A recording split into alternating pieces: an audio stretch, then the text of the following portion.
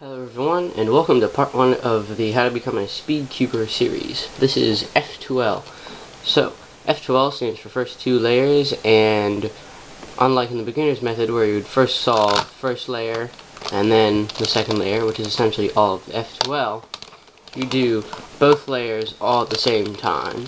And how that happens is you make a cross, and then that creates 4 slots that take 2 pieces, which are your F2L pairs, and then you insert them all 2 at a time.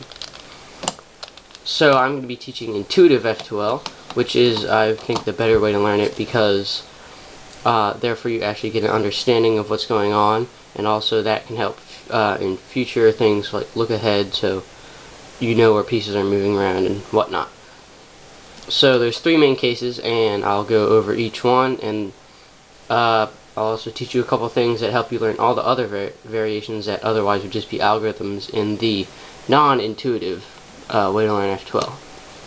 So the first case is we have your 2 pieces. So in this case we have white, blue, red, and blue, red corner and edge pieces, and the colors on top are different. So this is blue and then red versus like blue, blue, or red, red. And our white piece, or white sticker you could say, is facing not up. Basically that's all that's important. So how this works is it has to be in this orientation, and it's pretty easy to figure out because you can simply do that move and it matches up the pair. And you start this algorithm with the corner piece over the slot. So you match up this, and then since you started over the slot, it brings up the empty slot, and you have formed this pair that you can insert into the slot and bring back down. So once more, match it up into the empty slot and back down. Inverse case, same thing. Boom. Alright, so that's first case done. Now, second case is the same thing, except colors facing up are the same color. So you have blue, blue in this case, and also red, red would be the same thing. Now we can't simply go like this because that doesn't match up. So what we're going to have to do is we're going to hide this corner piece and bring this edge piece around. Now when you hide things, you're going to be bringing up an empty slot, or you want to be bringing up an empty slot. If you bring up a solve slot, then you'll mess up that pair in the slot. So a tip to know is that whatever pair you're solving, the slot that it goes in is always going to be empty, because the pieces are, say these two are up here versus in the slot that they belong in. So it's always guaranteed that I can use this slot to bring up. But in this case none of them are, so I'm just going to use this slot back here. So we're going to bring down this corner and bring around the edge, so that when we bring the corner back up, it simply makes the pair. Now you gotta make sure you do this the right way and hide it the right way, because say if I hide it like this and bring this edge around, that's not a properly matched pair. So you gotta make sure you do it the right way. So now we have this pair formed, but we have to insert it now. So how are we going to do that? Well, if we try to insert it like a corner in the beginner's method, well, we've just lost our edge there. So instead what we're going to do is bring up this slot that this belongs in, and then insert the pair into the slot. So we bring up the slot, insert the pair into the slot, and bring it back down. So once more, pretty simple, and it can go the other way. Wait, hold on. The other way around. And that's useful also for whenever you create pairs, maybe one's already solved, whatever. That's the second case. Third case is you have the 2 pieces, and then white is facing up. Now what you want to do here is find the corresponding edge piece, which is right here, and you want to match up the color on the side, which is blue, with the corresponding center. And what this does is, in this algorithm you could say, we're bringing this down and then putting that corner piece on top of it, so that matches this up.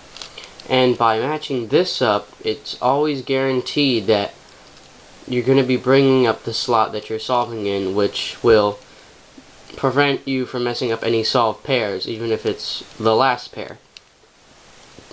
And you'll know if you do it the other way, bringing up this slot, because if you try to match it up, it's flipped.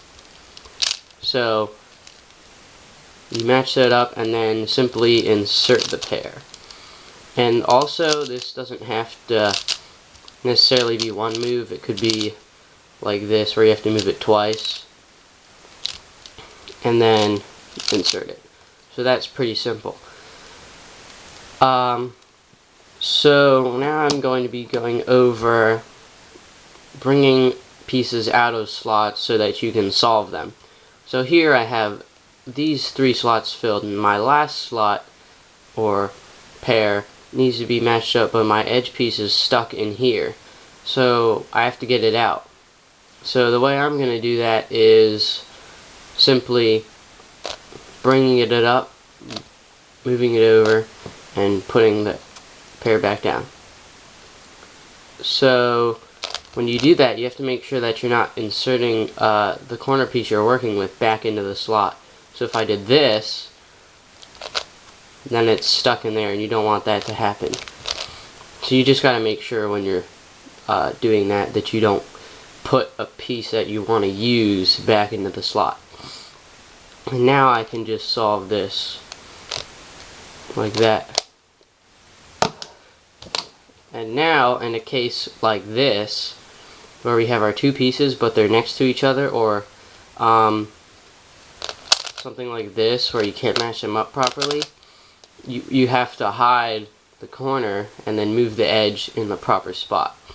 So here all of these are empty, so once more you want to hide this, and then we're going to move the edge in its proper spot in relation to the corner, like that. And now we can properly match them up and insert it. And I'll show you the rest of these also. So on this case, it's the white facing up, but I have to break it up. So I'm just going to use this slot here, break it up, match up this, bring it down, whoop, that's the wrong way, bring it down, match this up, and then I can insert it. And then here I'm going to bring up this corner piece out, and I have to do a double turn so that I don't insert something else. And now I can orient it and solve that. And then these 2 I can just insert like a edge insertion. You don't have to do anything fancy, just insert it like an edge, like you normally would in the beginner's method. So that hopefully should be everything you need to know about basic F2L. You should be able to solve the first 2 layers with all the information I've given you, breaking up pairs and all that good stuff. Those 3 main cases should be all you need, and then there's all the variations, but you learn how to solve those with breaking up pairs and whatnot. So thank you for watching.